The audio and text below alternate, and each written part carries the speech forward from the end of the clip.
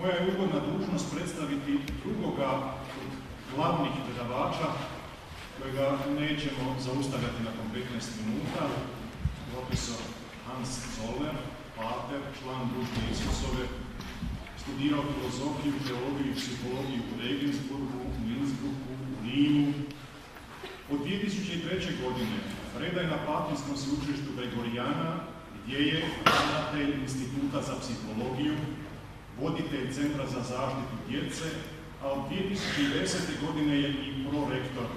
Papa Franjo imenovao ga je 2013. godine članom Papinske komisije za zaštitu maloljetnika i jedan je od najistaknutijih crkvenih dužnosnika u borbi protiv zlostavljanja djece u Katoličkoj crkvi.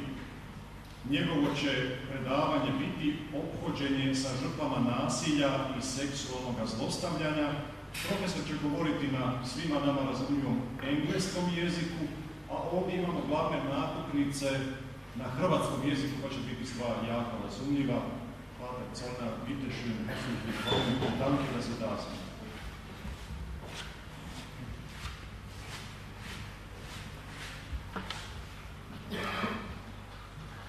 Father, thank you very much for the welcome, and I am glad that we are here together and that you are at this symposium. I really admire the students of this faculty here, and this is also a compliment to the professors that you have endured 2.5 hours listening to lectures without major revolution taking place is already quite some achievement. So congratulations to this symposium and to the organizers of it. In this moment, I would like to draw your attention to a topic that has been on the front pages of newspapers and websites in Europe in the last almost 5 years now, since January 2010, and that is the sexual abuse of minors by Catholic clergy, mostly in Europe and in Northern America and in some parts of Latin America. This is a major topic. In Central and Eastern Europe, it's still not very much talked about. Sometimes you get some news, but very often they disappear soon after they have been published. But I believe that in any country and in any church, in any local church, we will have to face that issue. The symposium here deals with religion and violence. What I could follow from the Croatian in the first part here, there were talks on, from a philosophical point of view, from somewhat psychological perspective, media, and different points of different religions. Now, one of the most important things if you deal with violence is that you don't forget that there is real violence out there. We don't talk about it only in a distant way. Violence is across the border to Ukraine, for example, the border to Africa. We are in a world in which violence is a day-to-day experience for many millions of people.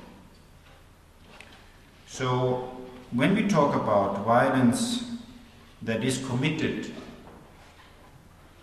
by clergy or by any other person, committed by abusing minors sexually or physically or emotionally, the first thing is to remind ourselves that we do not talk about this issue from a distant point of view. This concurs with the Holy Fathers Benedict's and Francis's words that victims have to be placed first in the considerations of our dealing with the issue. We cannot deal with it as if it is a theoretical point of view. Therefore, I would just recall with you an experience of the symposium that we celebrated 2.5 years ago at the Gregorian University, where we had invited representatives of the bishops' conferences from all over the world and many experts. And the first major talk that was given by a lady from Ireland who had been abused by a chaplain in a hospital when she was 14 years old. And I was really impressed that this lady, who had suffered for 30 years before she could really talk about what has happened to her, expressed with shaking hands and shaking knees in front of 120 bishops and cardinals and many other participants what she had gone through. The loneliness, the sadness, the depression, the anxiety, the feeling of being rejected by the church itself. And she expressed it in a way that many of those bishops who had never really listened to a victim of sexual abuse, bishops from Africa or Asia, who said they had never encountered any such victim, were deeply impressed. So I would ask you just to keep in mind, even if we talk now about scientific language, psychological, psychopathological language, that we keep in mind that we talk about real people and not about only concepts. I was asked to present here in maybe from now on 20 minutes something on how you can deal with victims of sexual abuse, how you can treat them from a psychotherapeutic and psychiatric point of view. I'm a psychologist and psychotherapist, but we will see that this has also some repercussions on the spiritual side of life and of relationships. Now, the first thing I want to introduce to you is probably something that is not very much aware to those who have not studied psychology and psychiatry. So, people talk in Italian or in Spanish, I'm not sure how this is in Croatian. They talk about sexual abuse by using one word, and this is pedophilia. And the book that has been published, a book of mine with another Jesuit, and has been published by the publishing house of this faculty here, has this title, Church and Pedophilia, Zwirka and Pedophilia.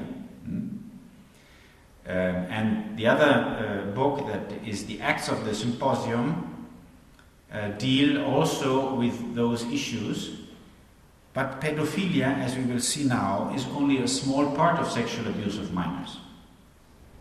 So we have to make distinctions. And the distinctions are the following ones.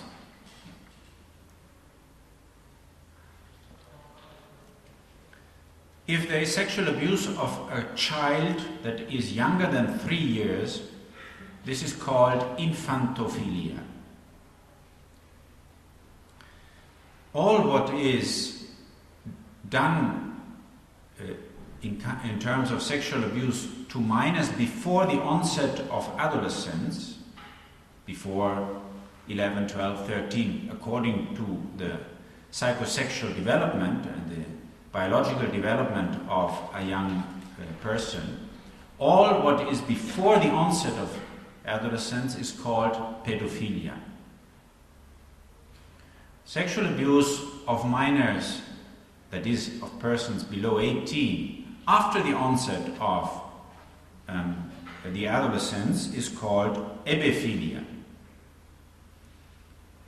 And one can distinguish between ephebophilia, that is a sexual abuse of adolescent male youth,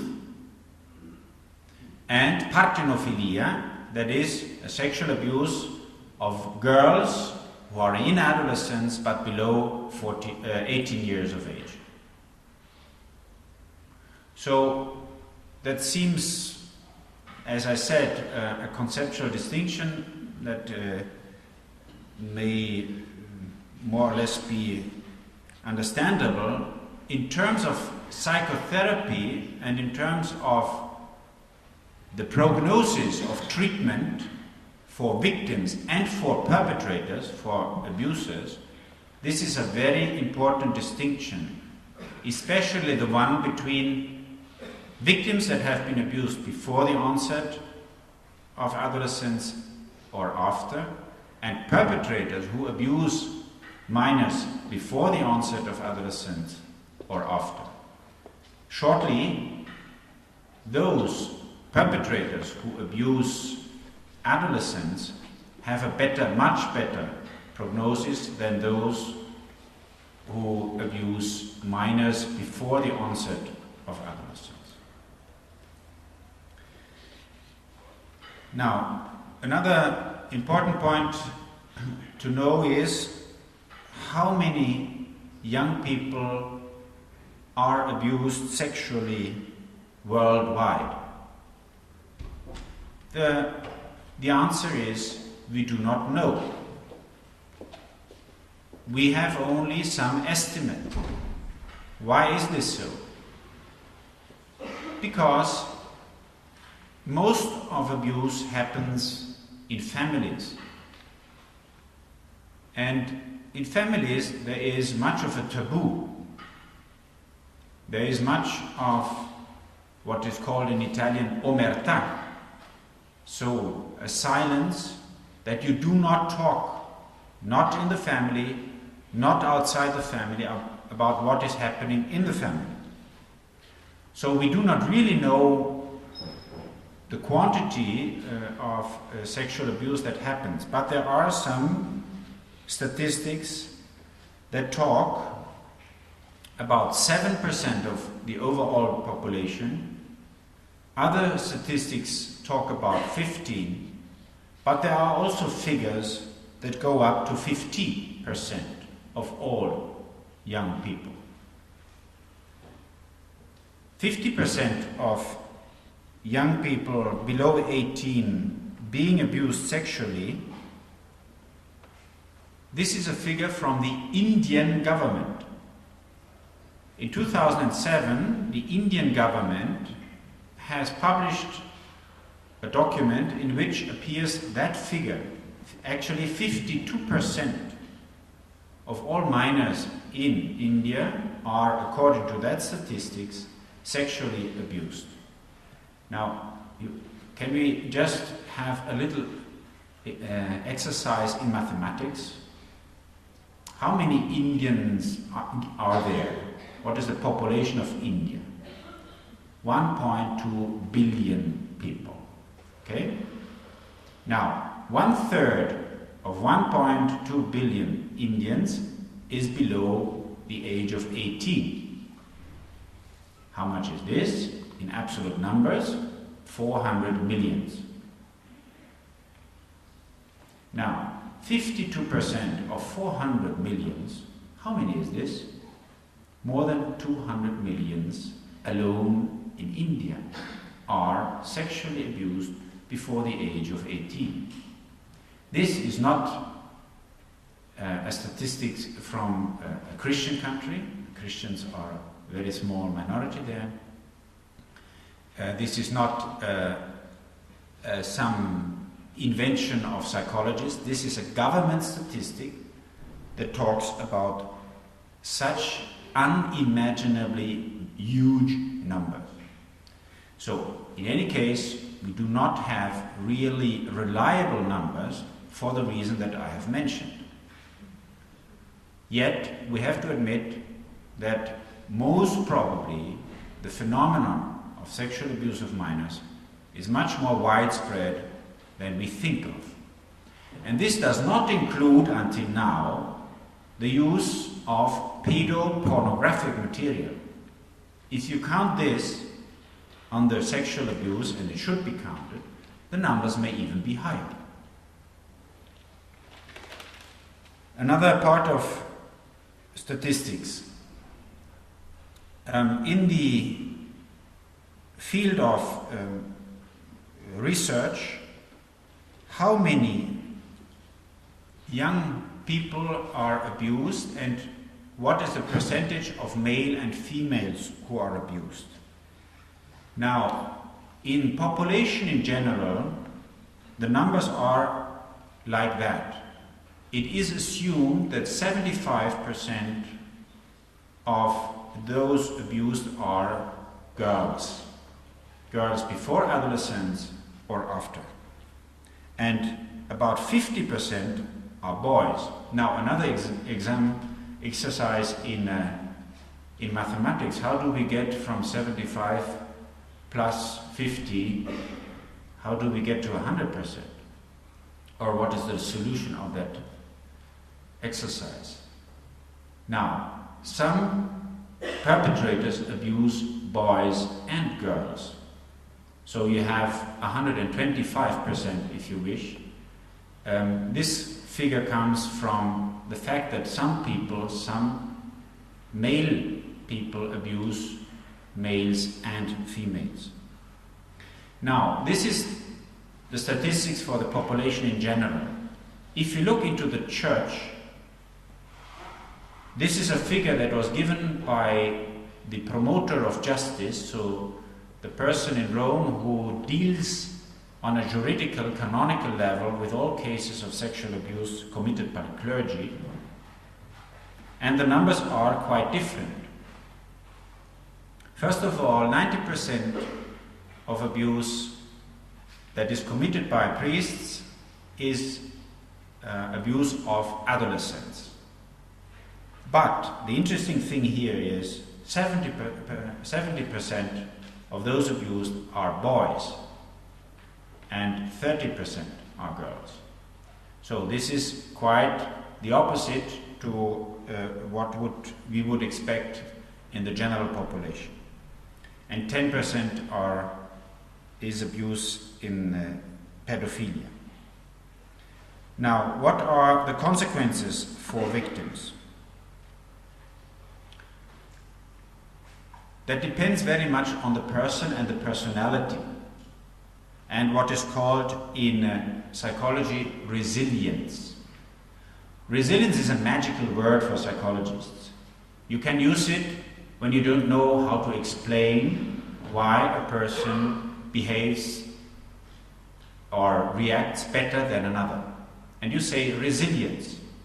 Resilience means that a person in adversive environment or after having been abused reacts better, comes along more healthy. Others get very sick and are very much compromised in their relationships, in what they can do in school or university or any kind of formation, about their work, and also in their faith.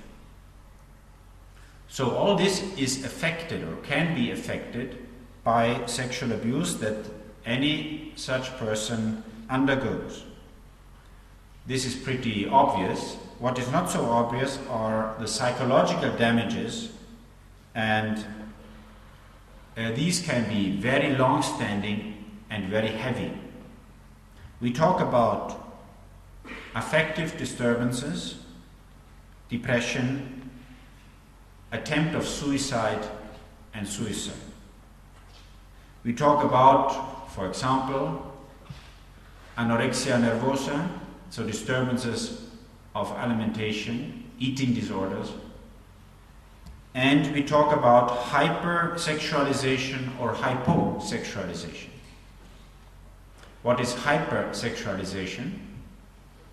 In some victims of sexual abuse, the reaction is that they see everything in sexual terms. Every relationship, every image, every feeling is tinged with sexuality. They cannot distance themselves in no instance from sexuality.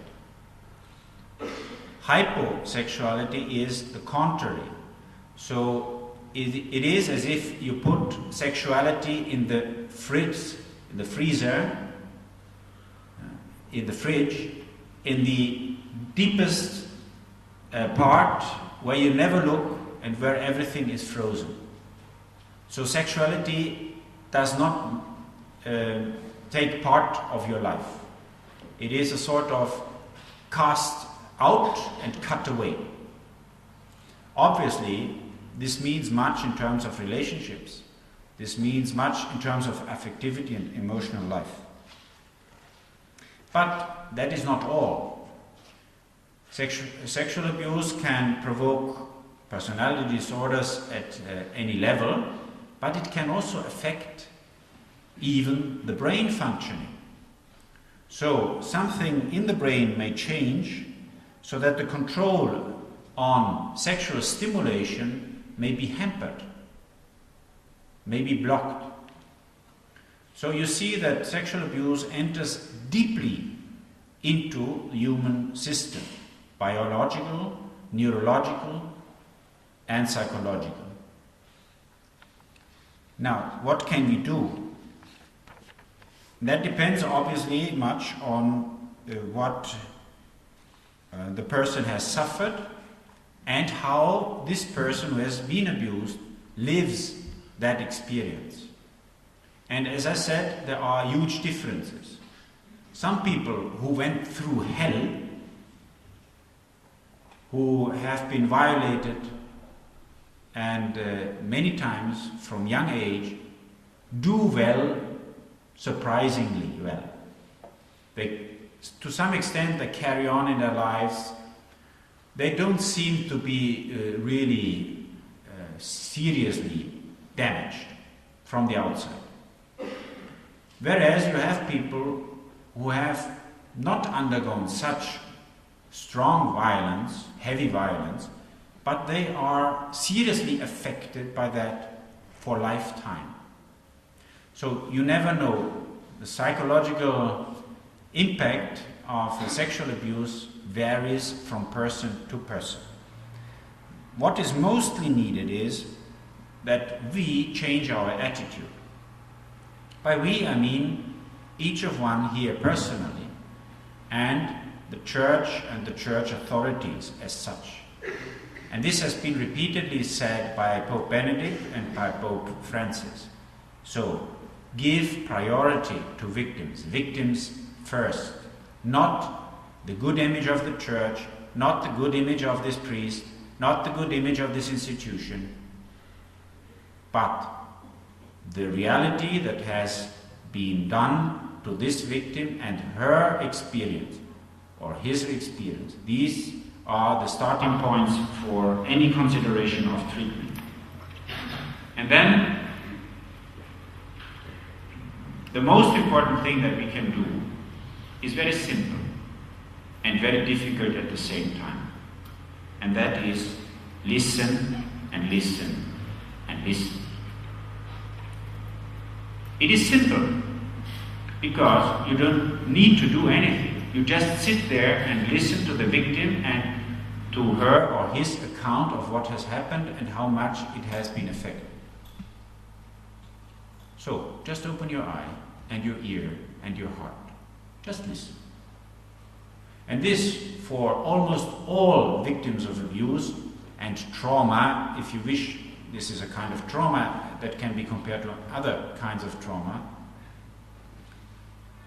What they need and what they long for mostly is listen, being listened to. So it's very simple. You sit down and you start to listen. What is difficult about it? Difficult is that you listen to a story that is ugly. You want to run away. You don't want to listen to that. Because it's ugly in itself, and if it is committed, the sexual abuse, by a priest, you don't want to listen to that because you want to believe that never a priest could do that. But it has happened, and it happens many times. So, the important thing that we can learn is give precedence to victims and listen to them. Almost all of them will be very grateful and do not long for much more than this. And this is something that we, all of us, can do when we encounter people who are traumatized and have been victims of abuse of any kind. And especially those representing the Church can learn much about this. When the Holy Father, on 7th of July this year, Pope Francis, met 6 victims of sexual abuse in Casa Santa Marta, so where he lives, 200 meters from St. Peter's Cathedral in Rome.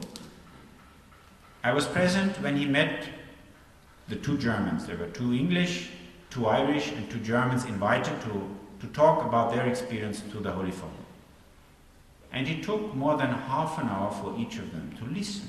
He didn't talk much. He just was there and listened. And I can tell you from what the 2 Germans have told me afterwards, that this was for them the beginning of healing. One lady who had been abused by a priest when she was 9 years old and is now 62 and went through everything: alcoholism, suicide attempt. She went to a Buddhist sect, never had a real chance to get a good job, etc., etc. She suffered for many years from a difficulty to move her hands. She has written to me 2 weeks after the encounter with the Holy Father, who just listened to her, that these difficulties have disappeared. So you can see what just listening has an effect on people who have been severely traumatized.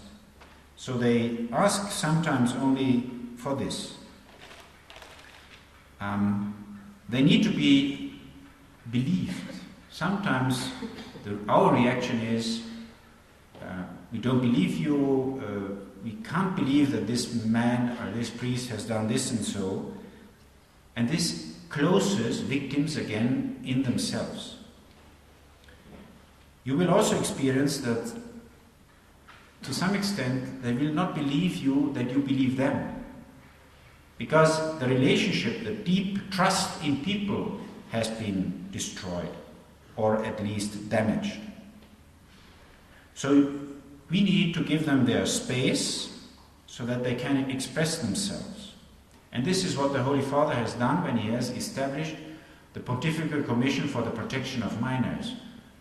At this stage, we are 8 members, 4 women, 4 men, 5 lay people, 3 clerics, and there is one lady, the one I spoke about at the beginning, the victim survivor from Ireland, who is a member of this commission. And with this appointment, the Holy Father has shown clearly that he wants to give precedence to the voice of victims.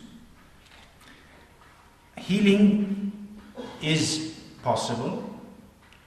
As I said, at least in some steps, there is a possibility of cure, but it depends on many positive factors and many support systems. What is needed is from our side that we offer help, also spiritual help, and that we listen and listen and listen.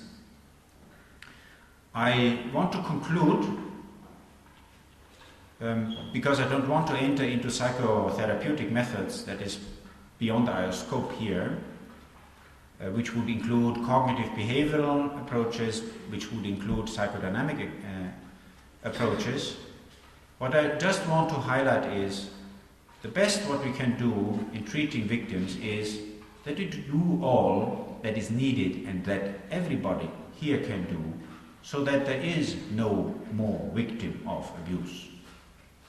And this means that we are aware about the impact that abuse can have, and that we try to become also sensitive to situations where abuse may happen, that we have the courage to talk about it, and that we have a need to inform ourselves. For example, when you become a teacher, or you become a co-worker in a ministry, or you work in the church. Now, in Croatia, what kind of obligation do you have to report to police when you come to know that there is sexual abuse going on? Do you know that law? Are you familiar with it? So, better you inform yourself. What is the ethics and what are the norms behind this? There is much to be known also in the church. Many clerics, for example, do not know or do not want to know what is the church's norms about this. For example, the Congregation for Doctrine of Faith obliges every local church to work together with the state and with the police according to the law in that country. So we have to inform ourselves so that abuse may happen as few cases in the future as possible. We will never extinguish it. It's not in our force. It's not in our strength to abolish violence, the topic of today's symposium. It's not in our strength to do away with sexual abuse. It will always happen. It has always happened. What we can do is to work as much as possible and to be prepared to act accordingly. What is needed and what it can be expected from us if we consider ourselves Christians and human beings who want to help others so that they are not harmed. Thank you very much.